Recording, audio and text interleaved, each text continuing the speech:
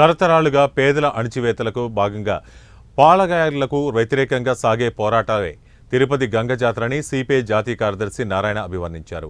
AIYF జాతీయ మహాసభల ఏర్పాట్ల పర్యవేక్షణలో భాగంగా తిరుపతికి వచ్చిన సందర్భంగా తిరుపతిలో జరుగుతున్న అత్యంత ప్రతిష్టాత్మకమైన ప్రజలకు ఇష్టమైన గంగ జాతరను తిరుపతి చినగంగమ్మ గుడిని సందర్శించారు. ఎన్నో ఏళ్లుగా తిరుపతి జాతర అత్యంత వైభవంగా ప్రజలంతా కులమతాలకు అతీతంగా జరుపుకునే పండుగ అని అన్నారు.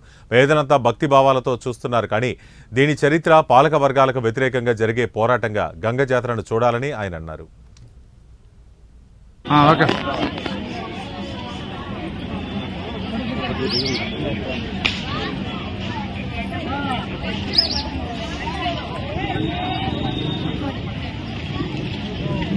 తిరుపతి గంగమ్మ జాతర చాలా ప్రసిద్ధిగాంచింది.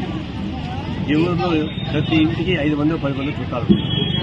అంటే టీటీడీ ఎంప్లాయీస్ కూడా గంగమ్మ జాతర స్పెషల్ అంత ప్రాముఖ్యత. దీనిలో ప్రస్తుతంగా చెప్పాలంటే అసలు పాలక వర్గాలకు వ్యతిరేకంగా తిరుగుబాటు బావుట ఈ గంగమ్మ జాతర సందేశం.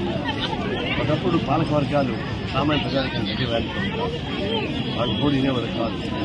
వాళ్ళందరికీ ఆవేశం వచ్చింది. ధర్మ బూతులు తీసుకుంటూ బయటకు అది గంగమ్మ జాతర రోజు మాత్రమే విపరీతమైన బూతులు తీసుకుంటారు. ఆడవాళ్ళు చెప్తారు, వాళ్ళు చెప్తారు, వ్యాపారం చేసే వాళ్ళు చెప్తారు. కానీ ఎవరు ఏమి తప్పదు.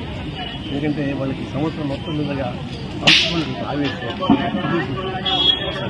స్వేచ్ఛ పట్టడం.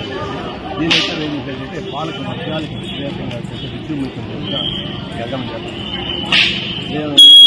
తిరుపతిలో ఉన్నప్పుడు యూత్ అంతా వచ్చేవాళ్ళు, ఆడవాళ్ళు మగవాళ్ళు ఆడవాళ్ళు వచ్చేది ఫోటోలు ఎక్కించుకొని తిరుగుతూ బీడీ దాకా తీర్చేవాళ్ళు.